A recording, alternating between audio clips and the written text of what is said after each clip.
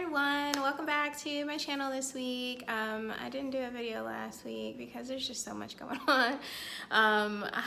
My posting's probably going to be like a little bit sporadic because being in school and I'm taking these two tough classes and it's like been so much. But anyways, nonetheless, I'm back this week for another video, and this week I'm doing a video on, well, one like that's a softer side of men in relationships, because I guess, you know, my complaining about my past relationships and on my videos could possibly be considered as male bashing. But I mean, what are you gonna do? Like, it's real life, it's true. Like, it's not like I've made up anything about any of them. So nonetheless, I wanted to do a video for the ladies to just remember that men have feelings too. So this video, I'm gonna entitle it Behind Every Good Man, and you know the rest of that is a good woman. And so there's just 3 tips that I have for just being supportive to whoever you're with, whether it's your husband, fiance, boyfriend, or, you know, someone that's courting you and you guys are just friends, or, you know, whatever. Like, just a couple of things that you can do so that you can show them that you support them and you have their back. The first tip is to allow your man to be vulnerable with you, and for 3 really good reasons.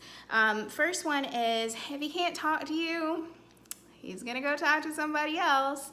Next, emotional affairs start this way, you know. Oh, we have such a connection. Oh, she listens to me. Oh, she's just so great, and I just love talking to her. Every time we talk, it just feels so much better. Emotional affairs start this way. And also, everybody wants to be understood. So those are 3 quick reasons of why you should always allow your man to be vulnerable with you. He should be able to come to you and talk to you about various things, you know, even if you're not even, you know, remotely interested in what he's talking about.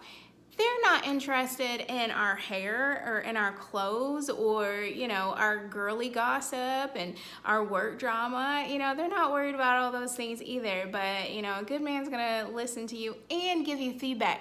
Bonus points for feedback. So be the same way. Be encouraging, you know, definitely listen to him and let him know that he can come to you, because like I said, guaranteed that if he can't talk to you, he's gonna be talking to someone. Number 2, everybody needs encouragement. We often think of men as always being like these hard individuals, you know, that are desensitized and desensitized. Desensitized, I don't know if that's a word. Desensitized. And, you know, we're always, you know, making them overly masculine to where they can't have any feelings or emotions. And I think sometimes if we're not careful, we, you know, don't allow them to show their softer side. And I think that every man is not going to do that unless they're with somebody that they feel comfortable and they trust and, you know, feel safe with. So definitely, you know, being there so that you can be encouraging, because we weren't meant to do life by ourselves. We were meant to be helpmates to our men. And I know that some women are like, oh, women's rights and all this, and, you know, you feel like all these prehistoric things that are in the Bible are not, you know, things that we do now. But I mean, if you think about it, like, we really should still be doing the key principles in the Bible, you know, like, we're his rib and we should be a part of him, and, you know, be helpful to him and not hurtful to him, to be, you know, supportive and encouraging, to be uplifting when we need to, because every single person from time to time is going to need to be uplifted. You know, we can't sit up and say, well, he's a man, he should suck it up and rub some dirt on it. You know, those aren't things that we should be saying, especially like if they're hurting or if they're struggling with something, or if they've just generally had a hard time with something, or they've just had a bad day. I mean, we should always be supportive to our man. I mean, regardless, you know, even if you're mad at them, even if they aggravated you earlier that day, if they come to you and they're being humble and, you know, really just wanting to have somebody to talk to, whatever, lay all that stuff aside. You know, you can be mad after you talk, or you know, hopefully you can just be over it after that point, because we're usually mad about silly things. And just one thing that I think that I mentioned in my divorce video was that I hated fighting with my ex-husband because I felt like we wasted so much time. It's like, I want to be laughing and joking and spending time and going out and making memories and doing things. And it's like we spend so much time being angry about things that really are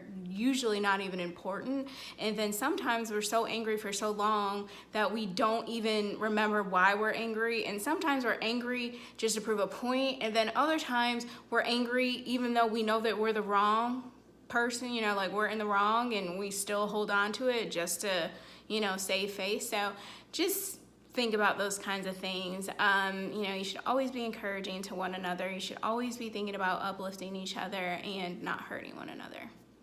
So number 3, I think that it's really important that you are your partner's peace.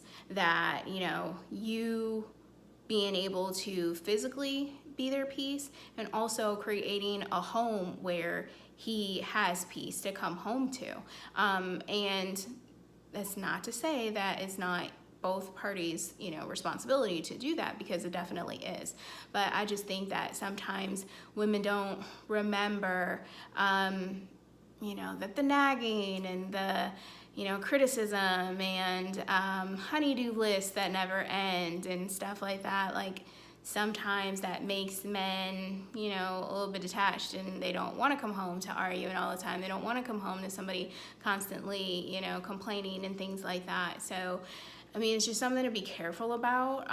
And I know that some men need to be nagged. I wholeheartedly believe some men need to be nagged about certain things. But the thing about it is that, like, if you take your time and you get to know somebody, then you can already foresee some things that you might have to compensate for, because nobody's perfect and everybody's gonna have something. So it's like, you know, your man might be really good at paying all the bills and budgeting, things like that. You might be really good at taking care of the home and stuff like that, where he's not really great at chores. And so, you know, he doesn't always put up his clothes or fold the way you want him to or whatever. And it's like, we should have been able to anticipate, you know, a few of each other's quirks before we decided to get married, or before we decided to be in a relationship with one another. So it's like, you can't really be so mad when you know that this person was kind of who they were before you married them. And a lot of the time we do, you know, we forget because we're in the love bubble. But a lot of the time we do see some things and we're like, oh, we're just gonna ignore it for right now. Or we think that they're gonna change or they're gonna be better and stuff like that. So, you know, we wind up nagging them about things that we already knew up front that they weren't good at or didn't do or whatever. But I mean, it's just a right and a wrong way to do things. And so, like I said, if you're not his peace when he's around you, if he doesn't feel like he can come home and that's going to be his happy place and that's going to be his peace and things like that as well, I mean, you're going to have a man that's probably staying out, finding every excuse not to be home, finding every homeboy that he used to deal with to go have a drink with after work, you know, and it might also, like I said, lead into emotional affairs. And so it's just really, really important that we as women take control, you know, and that was really kind of why I wanted to do this video, because like I said, men have feelings too, and I think we just forget sometimes.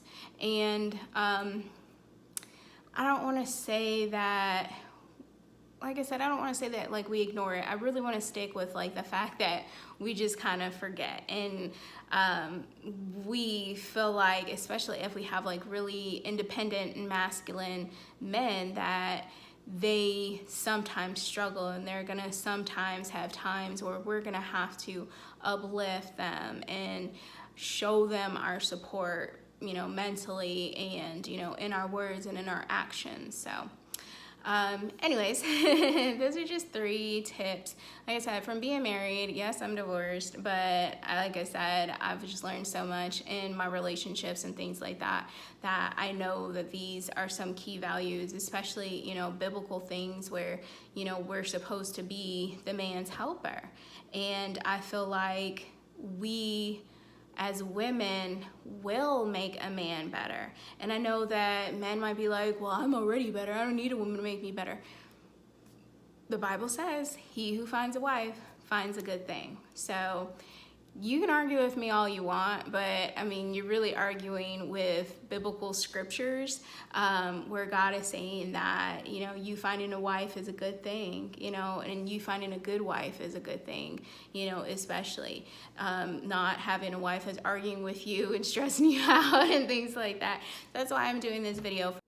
Thank you guys for watching. Before you leave, please give my video a thumbs up and share it if you liked it, because like I always say, you never know what the next person is going through. So someone on your social media might really be blessed by this video as well. If you can think of any other comments about, you know, behind every good man is a good woman, if there's some other reasons why you feel that way, then definitely comment below and let me know. If you haven't already, subscribe to my channel, and I will see you guys next week.